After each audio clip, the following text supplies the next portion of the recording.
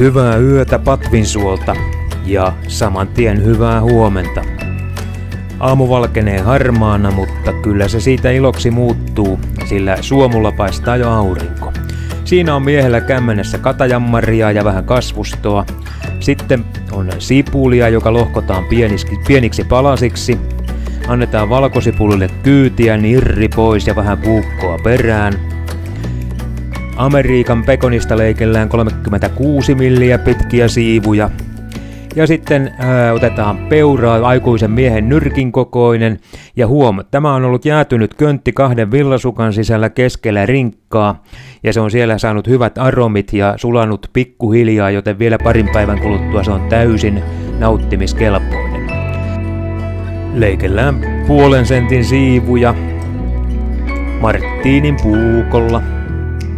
Annetaan pippuria vähän, että saadaan särmää, peuraa ja sitten tietysti suolaa maun mukaan. Ja sitten taas vähän kolesterolia. Ja sitten otetaankin folio esiin ja pannaan perunoita sinne halkaistuna. Sitten valkosipulia, suolaa taas. Ja taisi sinne vähän pippuriakin mennä joukkoon.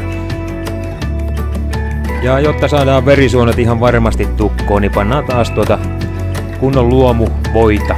Ja sitten pannaan kirjankannet kiinni ja paketti umpeen. No ja sitten ei muuta kuin sinne tulelaitaan nököttämään tunniksi. Peuran siivut paistuvat siinä mukavasti noin 1,5 minuuttia per puoli. Pannaan pinnat kiinni, sen jälkeen konjakkia annettiin vähän perään ja sitten kermaa sen verran, että tuntuu. Sekoitellaan hetki ja haudutellaan ja sitten siirretään kattilaan ja jätetään rauhassa sinne kypsymään pikkuhiljaa. Sipulit ja pekonit laitetaan sitten kattilaan erikseen ja ne siellä saa muhia semmoisen 0,5 tuntia suurin piirtein. Ja pannaan hertta reissuun, ei tällä kertaa olutta hakemaan, vaan sillä on omat ruuat tuolla repussa. Ja herrat ei muuta kuin juhlivat sillä väliin, kun ruoka kypsyy. Ja sittenhän se tunti on kulunut ja juoma on valmiina ja tuomari siellä taustalla jo näyttää olevan tärkeänä ja tämmöstä tuli lihasta. Ja tältä näyttävät perunat. Ja sitten pekonia ja sipulia. Ja ei kun syömään.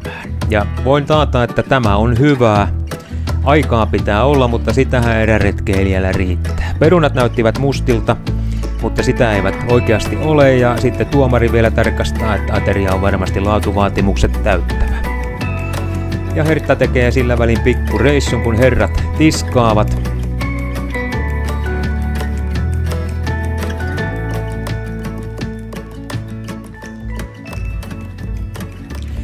Ja sitten aloitellaan jälkiruoka.